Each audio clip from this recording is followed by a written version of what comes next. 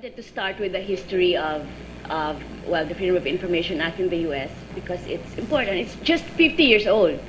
So this whole, today we assume that the government should release information, but that was not really the case. When the U.S. passed the Freedom of Information Law in 1966, it was a very controversial law.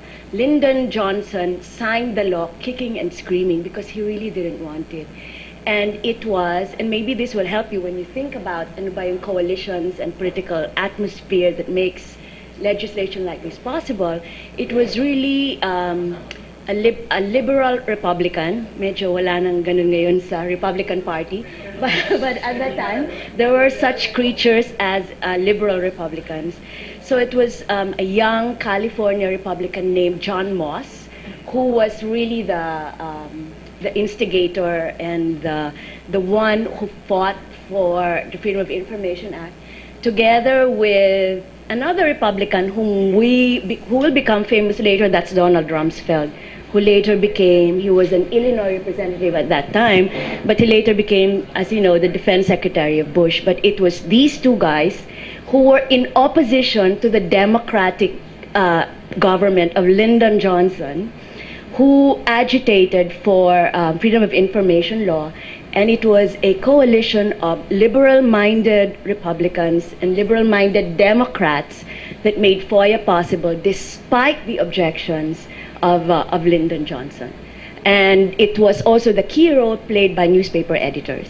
Medyo another nostalgia moment because newspapers are not as powerful now as they used to be, but they were then. So it was newspaper from outside. The pressure points came from newspaper editors, but it was really one of these. It didn't have happened. There was no indication this would have happened, but it was a combination of individuals taking the initiative and believing in the law, building coalitions across parties with the help of very powerful media at that time. It was not popular agitation. It was not regime change, as we've seen in many developing countries. South Africa had a Freedom of Information law after the fall of apartheid. The UK had the Freedom of Information law after the long reign of the Conservative Party, and Labour won. That's the only time they had. So usually in other countries, Freedom of Information laws are enacted by new governments in the course of democratic transition or after a long standing dominant party in power falls, like in Brazil. You had socialist government, they enacted Freedom of Information law. But it was not only that. This was 1966, so the 1960s, where a period of popular questioning in the US. That was the Civil Rights Movement, the Vietnam War. It was questioning of government authority. Plus another factor that was important was it was the start of consumer and environmental movement. So this was when Rachel Carson wrote Silent Spring, and Ralph Nader was campaigning for product safety. So in the US, one of the impetuses there, and Moss would be one of the most important. There was part of consumer awareness and consumer information, because we want to know where are our products safe? Are medicines safe? Are the pesticides, will they be destroying our environment? So it was both social, political ferment, as well as a real, trying to keep capitalism in check, right? Not just government authority in check, but runaway industrial capitalism. And so there was more agitation for transparency in industry. But sort of the conjunctural moment there was these Republicans wanted to embarrass a Democrat government. Yeah. So that was what pushed it.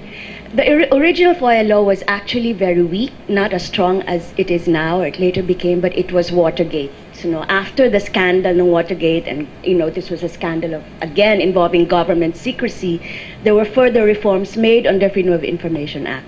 So it was political scandal that spurred more openness.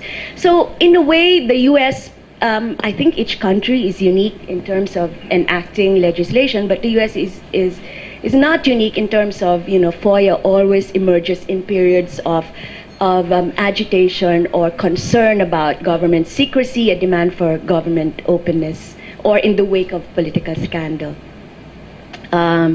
So it happens when the planets align. So I'm thinking, ano ba yung, what are the, how will the planets align here, you know? If you have a reluctant president like Lyndon Johnson, like Noynoy Aquino, well, is it possible to build a coalition of liberal-minded, openness-minded legislators from both sides to be able to enact freedom of information legislation despite a reluctant executive? I don't know. It's difficult. It's hard to compare Philippines in 2013 to the US in 1966.